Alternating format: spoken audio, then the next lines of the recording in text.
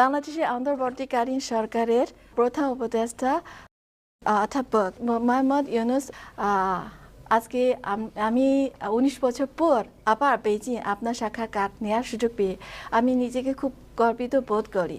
কারণ 2006 সালে যখন আপনি প্রথম চীন সফরের সময় চীনে বাংলাদেশ দূতাবাসে আপনার সাক্ষাৎকার নিয়েছি। তো এবার আপনি বাংলাদেশের অন্তর্বর্তীকালীন সরকারের প্রধান উপদেষ্টা হিসেবে আবার চীন সফর করলেন, বেইজিং এসে আপনার অনুভূতি কি?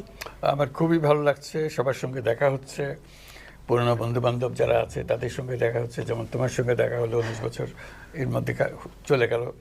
তোমার ছবি দেখলাম, তোমার ছবি এখনো আগের মতোই। Thank you. Thank you. কাজে আমার ছবিও দেখালে, তুমি বহুদিন আগে ছবি তোলা। কাজে এগুলো পুরনো স্মৃতিগুলো আসছে, তাদের সঙ্গে কথাবার্তা হচ্ছে। আমাদের বহু কাজ একসঙ্গে করেছে, যেমন আমার বন্ধু প্রফেসর দু বহুদিন থেকে এই বিষয়ে উনি উৎসাহ নিয়েছেন। তার প্রতিষ্ঠান Chinese academy of social sciences ওনার পরিচালনায় চলে। তিনি খুবই আগ্রহী হলেন এটা জানতে। সে বাংলাদেশে আসলেন উনি বোঝার জন্য, তখন আমাদের সঙ্গে কোনো পরিচয় ছিল না, একজন অধ্যাপক হিসেবে দেখার জন্য, শোনার জন্য। সেই যে শুরু হলো, তারপর এটার প্রেমেই পড়ে গেল, আর ছাড়তে পারে নাই। এটা সারা চীনের বিভিন্ন জায়গায় গিয়ে তাদের এই কর্মসূচি তারা প্রচার করেছে, গ্রহণ করেছে। তার মাধ্যমে এখানে মাইক্রোক্রেডিট অ্যাসোসিয়েশন অফ চায়না এরকম একটা বড় প্রতিষ্ঠানের সৃষ্টি হয়েছে। অনেকে এটার অনুকরণ করেছে, যার ফলে অ্যাসোসিয়েশন সৃষ্টি হয়েছে। তারা বাৎসরিক সম্মেলন করে, নানা উৎসব করে। তো এগুলো আবার সব মনে পড়ে গেল ওনাকে দেখে। আরও অনেক বন্ধুবান্ধব যারা ছিল তাদের সঙ্গে দেখা হলো এই উপলক্ষে। ওই পরিবর্তনটা তাদের নজরে পড়ছে। আগে ছিলাম আমার নিজের কাজ নিয়ে, এখন আবার কি সরকারের মধ্যে ঢুকে কি বিপদে পড়লাম সেগুলো বুঝতে চাচ্ছে তারা, কি হবে, কেমন হবে। তো সার্বত্রিকভাবে যেটা হলো, ভীষণ রকমের একটা সমর্থন সবার কাছ থেকে পেয়েছি, বিশেষ করে চীন সরকারের পক্ষ থেকে। তাদের সমর্থন একেবারে সীমাহীন সমর্থন। কাজেই আমাদেরকে এটা আনন্দ দেয় যে এরকম এই পরিস্থিতিতেও চীনের সমর্থন পাওয়া, তাদের সহযোগিতা পাওয়া আমাদের জন্য খুবই দরকারি। কারণ আমরা বড় রকমের সংস্কার করতে চাই, দেশকে নতুনভাবে গড়তে চাই। সেখানে অনেক প্রয়োজন, অনেক সাহায্য সহযোগিতার প্রয়োজন আছে এবং সমর্থনের প্রয়োজন আছে। সব মিলিয়ে এই সফরটা খুবই সুন্দর হয়েছে। আচ্ছা, আপনাকে অনেক ধন্যবাদ। কারণ অনেক বছর পর আবার আপনার সামনে বসে আপনার চোখ দেখে নিজের মনে এখন শান্তি পাচ্ছি। তো আপনাকে ধন্যবাদ। তো প্রফেসর দু, তো তিনি বিশেষ করে আপনাকে উল্লেখ করেছেন এবং আপনার সাথে একটা সাক্ষাৎকার নিতে চেয়েছেন। তো আপনার মনে আপনি কিভাবে প্রফেসর ইউনুসকে মূল্যায়ন করলেন?我们是中国社会科学院农村发展研究所的。সংক্ষেপে বলি, আমি চীনের সমাজবিজ্ঞান একাডেমির গ্রামীণ উন্নয়ন ইনস্টিটিউটের গবেষক। দারিদ্র নিয়ে গবেষণার সময়ে আমরা খেয়াল করেছি অধ্যাপক ইউনুসের নেতৃত্বে গ্রামীণ ব্যাংকের একটি দল 1976 সাল থেকে পরীক্ষামূলকভাবে কাজ শুরু করে। 1983 সালে তিনি গ্রামীণ ব্যাংক প্রতিষ্ঠা করেন, আর আমি দারিদ্র বিমোচন নিয়ে গবেষণা করি। আমি ভেবেছি আমরা কি তার অভিজ্ঞতা থেকে শিখতে পারি। এ কারণে 1993 সালে আমি বাংলাদেশে যাই। তারপর থেকে ইউনুসের সাথে আমাদের মুখোমুখি যোগাযোগ শুরু। তিনি অনেকবার চীনে এসেছিলেন। আমিও তার কাছ থেকে শেখার জন্য বেশ কয়েকবার বাংলাদেশে গিয়েছিলাম। তিনি আমাদের প্রকল্পগুলো পরিদর্শন করতে এসেছিলেন, আমাদের প্রকল্পগুলোকে স্বীকৃতি দিয়েছিলেন এবং অনেক বিদেশি প্রকল্পের সঙ্গে আমাদের পরিচয় করিয়ে দিয়েছিলেন। যদিও তিনি একজন অধ্যাপক, তবে তিনি দরিদ্রদের, বিশেষ করে তার দেশের দরিদ্র নারীদের নিয়ে বেশ উদ্বিগ্ন। আমার চোখে তিনি একটি সামাজিক উদ্যোগ প্রতিষ্ঠা করেছিলেন, আর এই লক্ষ্যেই তিনি সবসময় প্রচেষ্টা চালিয়ে এসেছেন। তিনি যে কেবল শান্তিতে নোবেল পুরস্কারে জিতেছিলেন তা নয়, বিশ্বজুড়ে থাকা দারিদ্র বিমোচন সংশ্লিষ্ট ব্যক্তি ও সংগঠনগুলো কিন্তু অধ্যাপক ইউনুসের ভূয়সী প্রশংসা করে। 这么一个的状况。好的，那我一会儿我再问您问题哈，先请刘教授再讲讲他的感受。তিনি বিশেষ করে উল্লেখ করেছেন যে আপনি গ্রাম অঞ্চলে গরিবদের জন্য যেভাবে ক্ষুদ্র ঋণ যে সিস্টেম চালু করেছেন, এটা শুধু বাংলাদেশ নয় এবং চীন সহ বিশ্বের অনেক দেশের সাথে অনেক দেশের লোকেরা তারা উপকার পেয়েছেন। আমি জানি চীনের ইউননান এবং জিয়াংসু অন্য কিছু প্রদেশে তারাও ক্ষুদ্র ঋণের যে নমুনা করেছেন এবং গ্রামীণ ব্যাংকের মডেল অনুসরণ করেছেন।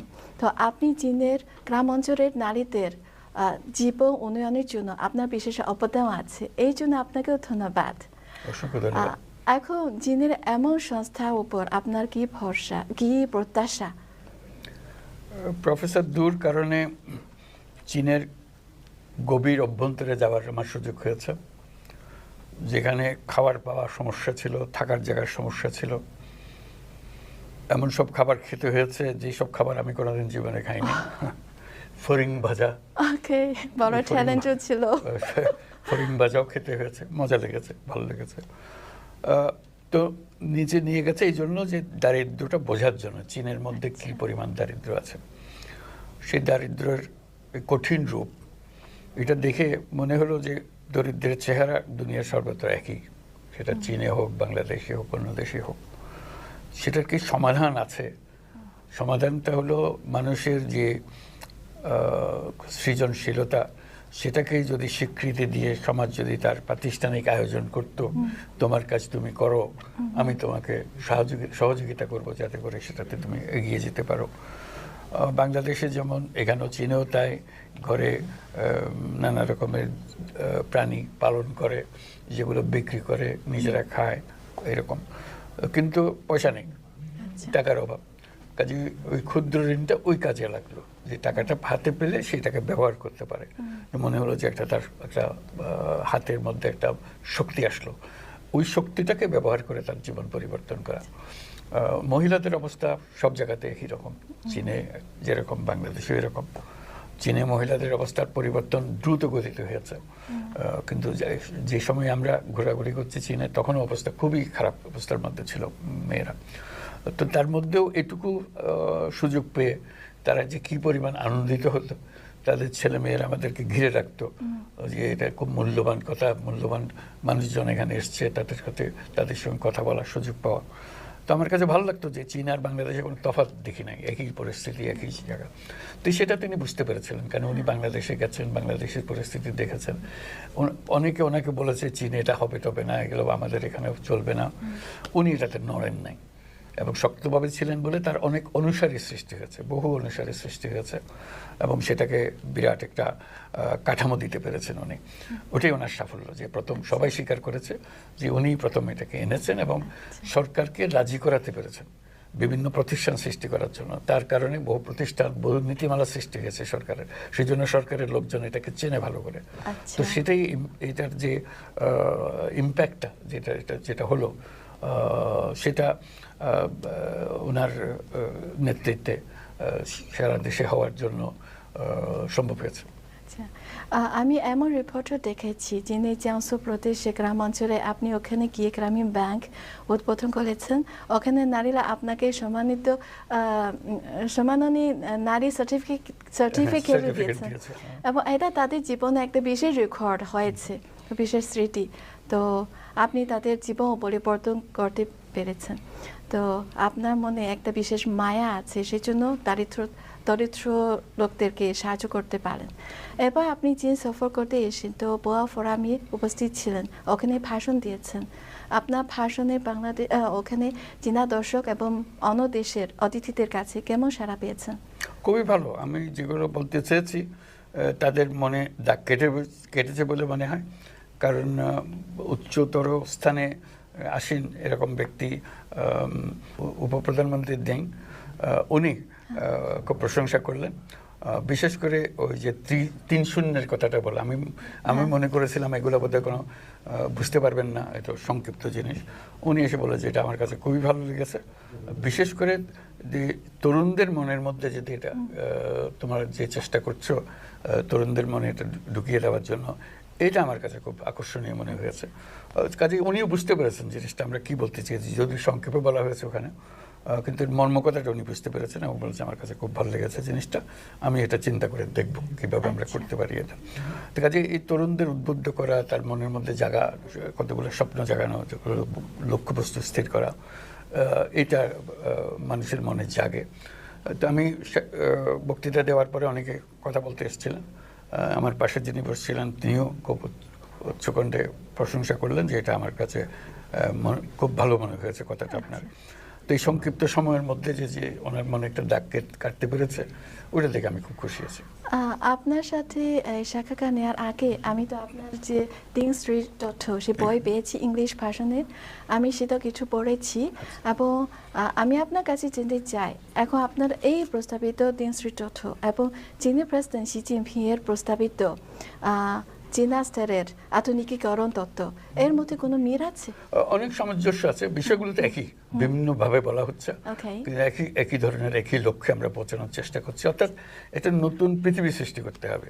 এই পুরনো পৃথিবী যতই আমরা এটাকে টেনে ছিঁড়ে এগিয়ে নিয়ে যেতে চাই, আমাদের পরিশ্রমটা সার্থক হচ্ছে না।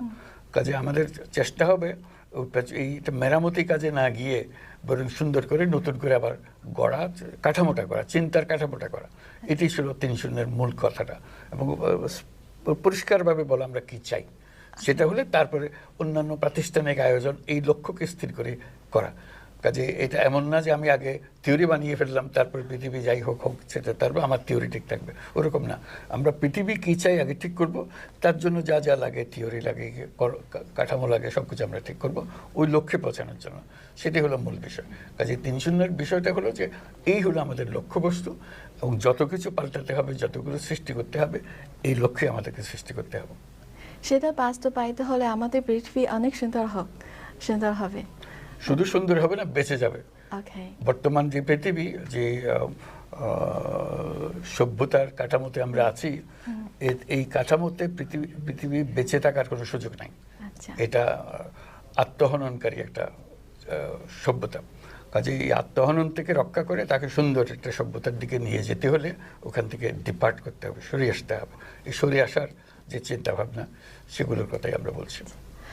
আমি জানি আপনি চীন সফরে যে কয়েকদিনে অনেক থাইড প্রোগ্রাম আছে, এবং আজ সকালে আপনি চীনের প্রেসিডেন্ট শি জিনপিং এবং ভাইস প্রেসিডেন্ট সাথে হানজোর সাথেও সাক্ষাৎ করেছেন। আপনাদের সাক্ষাতের আলাপ আলোচনা কেমন হয়েছে? খুবই ভালো হয়েছে। উনি মনে করতে পারলেন, প্রেসিডেন্ট শি মনে করতে পারলেন যে তার সঙ্গে আমার 2009 সালে, তখন তিনি ভাইস প্রেসিডেন্ট ছিলেন, তারই আহ্বানে ওনার অফিসে গিয়েছিলাম, আলোচনা হয়েছিল, মাইক্রোক্রেডিট নিয়ে আলোচনা হয়েছিল, সেটার কথা উনি উল্লেখ করলেন। ওনার মনে দাগ কেটেছে সেটাও বললেন। উনি ফুজিয়ান প্রভিন্সের গভর্নর ছিলেন, সেই সময়ে তার এই সমস্যাগুলো ছিল সেটার কথা উনি উল্লেখ করেছেন, এবং এই চিন্তা, মাইক্রোক্রেডিটের চিন্তাটা তার কাছে খুব মনে ধরেছে, সেটা উনি উল্লেখ করেছেন। কাজে এটা একেবারে যে একজন অপরিচিত লোকের সঙ্গে দেখা হচ্ছে সেরকম না, তার স্মৃতিতে অনেক কিছু আছে যে কারণে উনি স্মরণ করতে পেরেছেন তার গভর্নর হিসেবে তার অভিজ্ঞতা, দারিদ্র্যের সঙ্গে যে উনি চেষ্টা করেছেন দারিদ্র্যের পেছনে ছোটা এবং তাদেরকে দারিদ্র্যমুক্ত করার, সেই কারণে কি কি উপায় হতে পারে সেই উপায়গুলোর মধ্যে এটাও তিনি উপায় হিসেবে গ্রহণ করেছিলেন। সেই জন্যই ওনার মনে এটা এখনো রয়ে গেছে। তো আমাদের আলোচনা খুবই সুন্দর হয়েছে। আমরা কি করতে পারি বাংলাদেশের পরিস্থিতিতে, সেটা তার কাছে আমরা উল্লেখ করেছি যে আমাদের সাহায্য, সহায়তা, সমর্থন দরকার এটার পেছনে। উনি সেটা সমর্থন দিতে আগ্রহী হয়েছেন, বলছে আপনাদের যা লাগে আমরা চেষ্টা করবো আপনার কাছে পৌঁছে দিতে। আচ্ছা, তো একটু আগে যখন তিনি ওরা করেছেন, তো আপনার যে প্রচেষ্টায় তিনি মনে করলেন তখনকার যে 30 বছর আগের কথা, তখন থেকে তিনি বুঝতে পেরেছেন বাংলাদেশ থেকে আমরা অনেকেও শিখতে পারি। কারণ এই কথাটা আমি প্রথমবার যিনি একজন সিনিয়র প্রফেসর কাছে শুনেছি। এর আগে অনেক সময় আমি সাক্ষাৎকার নিই, বাংলাদেশি বন্ধুরা বলে হ্যাঁ আমরা চীনে এসে কিছু শিখতে পারেন। তো তিনি বলেছেন তো ভালো হয়েছে।杜教授，今天您受到邀请参加今天这个晚宴，您有什么感受？您看到尤努斯教授有什么变化吗？教授还是老朋友的老样子。 তিনি এখনো আমার পুরনো বন্ধুর মতোই আছেন, যদিও তিনি আমার চেয়ে 5, 6 কিংবা 7, 8 বছরের বড়। তার বয়স ইতোমধ্যেই 86 বছর হয়েছে, এখনো দিব্যি সুস্থ। এখন দারিদ্র্য বিমোচনের ক্ষেত্র থেকে তার দেশের রাষ্ট্রীয় নেতার পদে আছেন। তিনিও শিখছেন এবং আরও বৃহত্তর পরিসরে ভূমিকা পালন করছেন। তিনি আমাকে যে ধারণা দিয়েছেন, তিনি অত্যন্ত দায়িত্বশীল ব্যক্তি। সত্যি কথা বলতে এটা সহজ কাজ নয়। তিনি নিজের সুপরিচিত ক্ষেত্রে অতুলনীয় সাফল্য অর্জনের পাশাপাশি এখন দেশের জন্য অপরিচিত ক্ষেত্রে নতুন পথ সুগমের কাজ করছেন। তাকে আমি খুব শ্রদ্ধা করি। দেখুন, অধ্যাপক ইউনুস চীনের চিয়াংশুতে গিয়েছেন, গ্রামে গিয়েছেন। তিনি আমাদের সাথে দেখা করতে এসেছিলেন। একটি ক্ষুদ্র ঋণ ব্যবস্থার সুবিধাভোগী নারী তাকে সনদপত্র দিয়েছেন।给他的一个 অনেক 努 ছবি 力 আজকে 认输 এই অনুষ্ঠানে তিনি উপস্থিত হয়ে অনেক আনন্দ।给他 এবং তিনি মনে করেন বহু বছর পর 这个 আপনাকে 呢 দেখে 也 আপনি 是 তো আগের মতো 这个他到这个点儿上 最 দেখো 基层的 আপনি তো 点儿 একদম 上 গ্রাম 来 অঞ্চলে 来来 গিয়েছেন, 在这个 তাদের সাথে খুব কাছে চর্চা করেছেন এবং তিনি আপনাকে এমন শ্রদ্ধা করলেন কারণ আপনার নিজে সুপরিচিত ক্ষেত্র যে বিশেষ অসাধারণ সাফল্য অর্জন করার পাশাপাশি এখন আরেকটা বড় চ্যালেঞ্জ নিচ্ছেন এবং এটা খুব সাহসী ব্যাপার এবং খুব কঠিন বিষয়, কিন্তু আপনি এটা নিচ্ছেন এবং দেশকে একটা সংস্কার নতুন পথ খুঁজে নেওয়ার জন্য আপনি আপনার দেশকে নেতৃত্ব দিচ্ছেন।